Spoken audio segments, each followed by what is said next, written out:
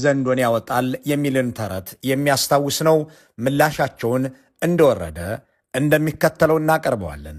ለክቡር ጠቅላይ ሚኒስትር አብይ አህመድ ከገዱ አንዳርጋቸው ጉዳዩ በፓርላማ ንግግሮ ላይ የእኔን ስም ጠርተው ያደረጉትን ንግግር ይመለከታል። ጥር 26 ቀን 2018 ዓ.ም በፓርላማ ቀርበው ባደረጉት ንግግር ከኤርትራ ጋር የተፈጠረውን አለመግባባት መንስኤ በተመለከተ እኔን በእማኝነት ቆጥረው ማብራሪያ መስጠቱን ሰዎች ቆርጠው በላኩልኝ የቪዲዮ ቅጂ ተረድቻለሁ። እርስዎ በዚህ ንግግሮ እንደገለጹት ጉዳዩ በታሪክ መዝገብ በአግባቡ ይቀመጥ ዘንድ የነበረውን ሁኔታ ምንም አይነት መጨመርም ሆነ መቀነስ ሳያስፈልገኝ በነጻ ሕሊና እንድገልጽ የእርስዎ ንግግር አስገድዶኛል። በእኔ በኩል እንዲህ ባሉ የኤርትራንና የኢትዮጵያን ግንኙነት በሚመለከቱ ጉዳዮች ላይ አስተያየት ለመስጠት ፍላጎት አልነበረኝም። ምክንያቱም የእነዚህ ሁለት እህትማማች ሀገሮች የግንኙነት ታሪክ በአብዛኛው በቁርሾ የተሞላ በመሆኑ በጥንቃቄና ኃላፊነት በተሞላበት መንገድ ሊያዝ ይገባዋል የሚል እምነት ስላለኝ የማውቀውን ጉዳይ በመሰለኝ መንገድ ላለመናገር ወስኜ ነበር። መቼም የትግራይ ጦርነት ተጀምሮ በፕሪቶሪያ ስምምነት እስኪቆም ድረስ የኤርትራ ጦር ከኢትዮጵያ መከላከያ ሰራዊት ጎን ሳይሰለፍ የቀረበት ጊዜ ያለ አይመስለኝም። ሌላው ቀርቶ በ2013 ክረምት ላይ የትግራይ ኃይሎች ወደ አማራ ክልል አልፈው በገቡበት ወቅት የኤርትራ ሰራዊት እስከ ደብረ ታቦር አካባቢ ድረስ መጥቶ መዋጋቱን እናስታውሳለን። የኢትዮጵያ መከላከያ ሰራዊትና የኤርትራ ጦር በአንድ ላይ ወታደራዊ ኦፕሬሽን መስራት ያቆሙት በፕሪቶሪያው ድርድር የተኩስ አቁም ስምምነት መደረሱ ይፋ ከሆነ በኋላ ነበር። እስከዚያ ድረስ ግን የአንድ አገር ሰራዊት በሚመስል ሁኔታ አብረው ነበሩ። የቀረ ነገር ቢኖር በጦርነቱ መሃል ሁለተኛው ዙር ጦርነት እንዳበቃና የትግራይ ኃይሎች ከአማራ ክልል ከወጡ በኋላ ውጊያው ጋብ ብሎ በነበረበት ጊዜ የኢትዮጵያ መከላከያ ሰራዊት አዛዦች በማዕረግ ሲንበሻበሹ የኤርትራን አዛዦች አለመጨመራቸው ሊሆን ይችላል። ከዚህ ሁሉ ጥፋት በኋላ በአሁኑ ወቅትም እርስዎ የትግራይንም ሆነ የኢትዮጵያን ሕዝብ ይቅርታ ይጠይቃሉ ብዬ ስጠብቅ ጉዳዩን አዛብተው ሲያቀርቡ ሳይ ባነሱት ጉዳይ ላይ ብቻ ማብራሪያ መስጠትን መረጥኩኝ። በትግራይ ክልል በነበረው ጦርነት የትግራይ ኃይሎችን ጨምሮ በጦርነቱ ተሳታፊዎች አማካኝነት የደረሰው ጉዳት የትግራይን ሕዝብ ለማመን በሚከብድ ሁኔታ እንዲደቅ ያደረገ በመሆኑ ለዚህ ድርጊት አንድ አካል ብቻ ተጠያቂ አድርጎ እኔ ከደሙ ንጹሕ ነኝ ለማለት መሞከር ከሕግ ከፖለቲካና ከሞራል ተጠያቂነት ሊያድን ካለመቻሉም በላይ መሰል ጥፋት ዳግም እንዳይደገም ተገቢውን ትምህርት እንዳይወሰድ ያደርጋል። እውነቱን ለመናገር በዚያ ጦርነት ወቅት የትግራይ ሕዝብ ማንም ወገን የተጎዳ ብሎ ከጎኑ የሚቆምለት መንግስትም ሆነ ሌላ ወገን አልነበረውም። የነበረውን የመንግስት ጫና ተቋቁመው በተወሰነ ደረጃ ከትግራይ ሕዝብ ጎን መቆም የቻሉት ጥቂት የኢትዮጵያ ፖለቲካ ሰዎች፣ የዓለም አቀፍ ድርጅቶችና የተወሰኑ የውጭ መንግስታት ብቻ ነበሩ ማለት ይቻላል። ይህ የእኛው የኢትዮጵያውያን እውነተኛውና አስቀያሚው የቅርብ ጊዜ ታሪካችን ነው። እኔ እግዚአብሔር ደጉን አመላክቶት ከትግራይ ሕዝብ ጋር ያለውትን አስከፊና የተበላሸ ግንኙነት ቢያሻሽሉ ደስ ከሚላቸው ሰዎች አንዱ ልሆን እችል ነበር። ነገር ግን ባለፈው ስህተቶ ምንም አይነት የመቆጨት ምልክት ካለማሳየቶም በላይ ለዚያ ሁሉ የሰው ልቂት፣ ንብረት መውደም፣ ማኅበራዊ ምስቅልቅልና የአገርን ሕልውና የሚፈታተን ቀውስ የራስዎን የፊት አውራሪነት ድርሻ ሳይመለከቱ ሌላ ተጠያቂ ፍለጋ ሲዋትቱ ሳይ አግራሞትን የጫረብኝ ከመሆኑም በላይ አሁን ያለው ምስቅልቅል የወጣ አገራዊ ሁኔታ ያነሰን ይመስል ሌላ አዲስ ቀውስ ለመፍጠር እየተንደረደሩም ስለመሰለኝ ጠንካራ ስጋት አድሮብኛል። ምክንያቱም እንደገለጽኩት እስካሁን በሕዝብ የተፈጸሙ አገራዊ ጥፋቶች ዋነኛው መነሻ ምክንያታቸው የእርሶ አገዛዝ ሆኖ ሳለ ሁልጊዜም ውጫዊ የፈጠራ ምክንያቶችን ሊያቀርቡ ይሞክራሉ።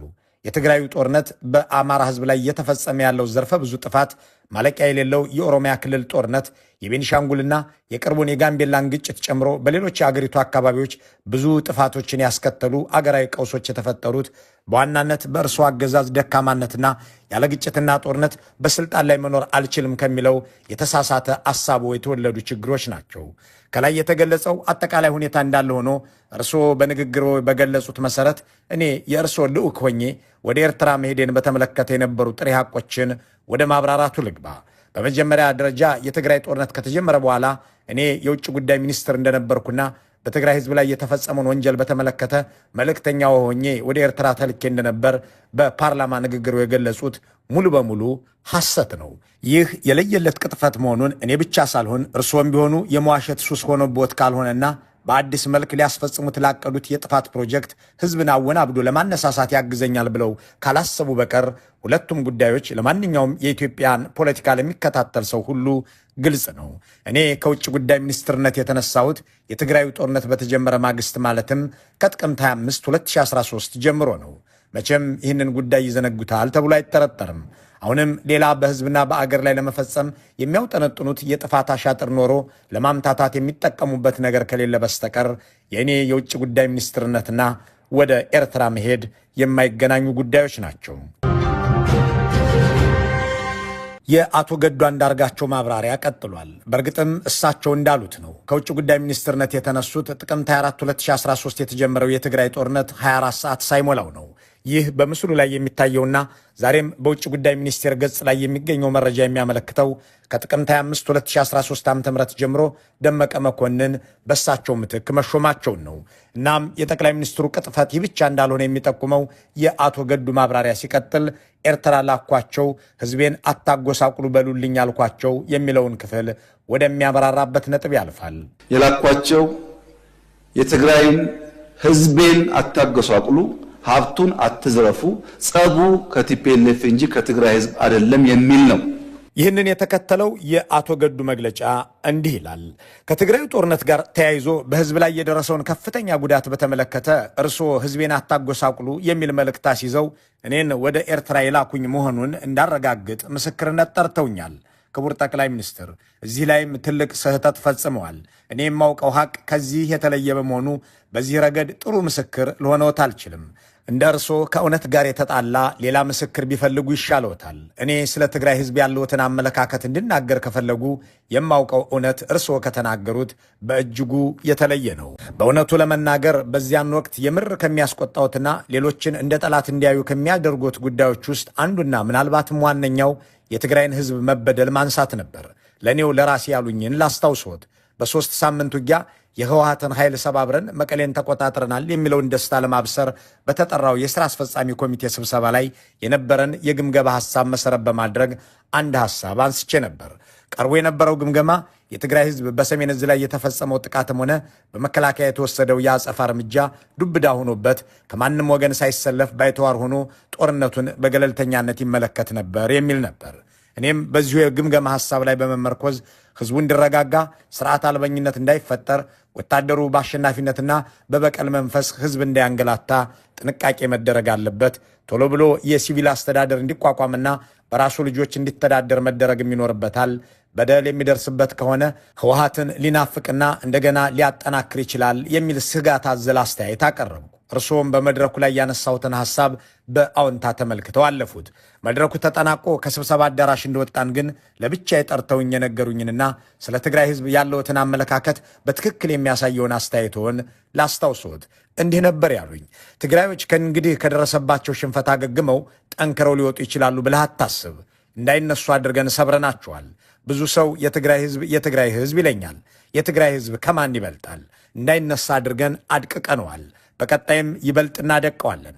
መሸነፍ ከባድ ስለሆነ ከእንግዲህ ያ የምናውቀው ትግራይ ተመልሶ አይመጣም የሚል ነበር። የትግራይ ኃይሎች ከአማራ ክልል ወጥተው ወደ ትግራይ ከተመለሱ በኋላም በዓለም አቀፉ ማህበረሰብ ዘንድ ተደራደሩ የሚል ግፊት እየተጠናከረ በመጣበት ወቅትም የሚከተሉት የድርድር ስልት ትግራይን ቀስ በቀስ እርባና ቢስ ማድረግ እንደሆነ በአደባባይ ስብሰባ ላይ የተናገሩት ሀቅ ነው። እኔም ማውቀውና ስለ ትግራይ ህዝብ ያለዎት እውነተኛው አመለካከት ይህ ነው።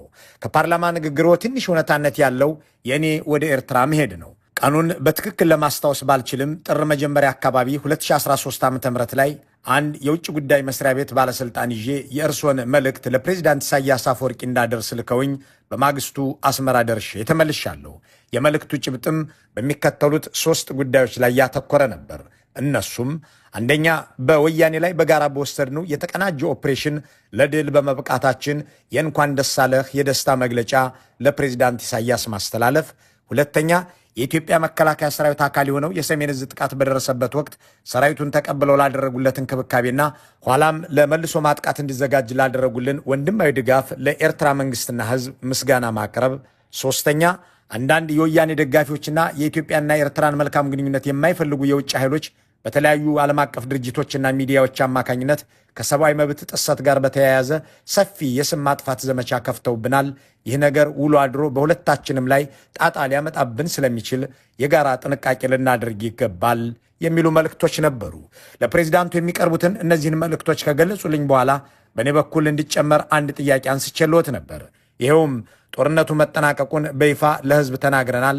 የዓለም አቀፉ ማህበረሰብ እየጠየቀን ያለውም የኤርትራ ሰራዊት ከኢትዮጵያ ከትግራይ እንዲወጣ ነው። ስለዚህም ለምን የኤርትራን መንግሥት ሰራዊቱን እንዲያስወጣ በግልጽ አንነግራቸውም የሚል ነበር። እርስዎ ግን ሰራዊታችሁን አስወጡ ብለህ በፍጹም እንዳትጠይቅ ብለው አስጠነቀቁኝ። ከዚያም የሰጡኝን ተልእኮ ተቀብዬ ተለያየን።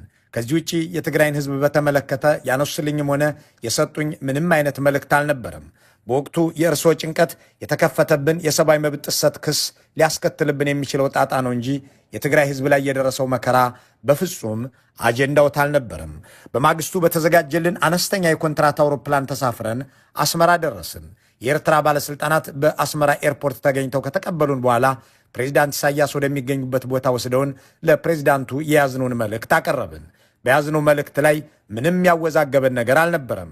የማስታውሰው ስለተከፈተብን የሰብአዊ መብት ጥሰት ዘመቻ ለፕሬዚዳንት ኢሳያስ ስነግራቸው በእሳቸው በኩል የሰጡኝ መልስ የሚቻለው ጥንቃቄ ሁሉ እንዲደረግ እኛም እናንተም ለበታች መዋቅሮቻችን መመሪያ እናስተላልፍ። በተረፈ እኔና አብይ በተስማማነው መሰረት ገና ብዙ የሚሰሩ ስራዎች አሉን የሚል ነበር።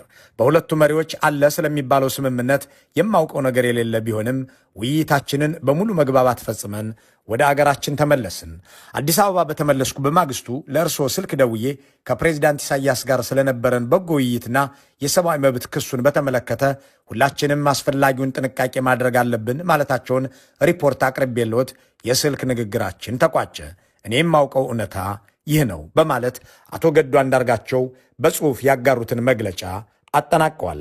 በጠቅላይ ሚኒስትሩ ንግግር ላይ የተቀመጠው አያሌ ውሸት ግን የ5 ደቂቃ ብቻ አይመስልም።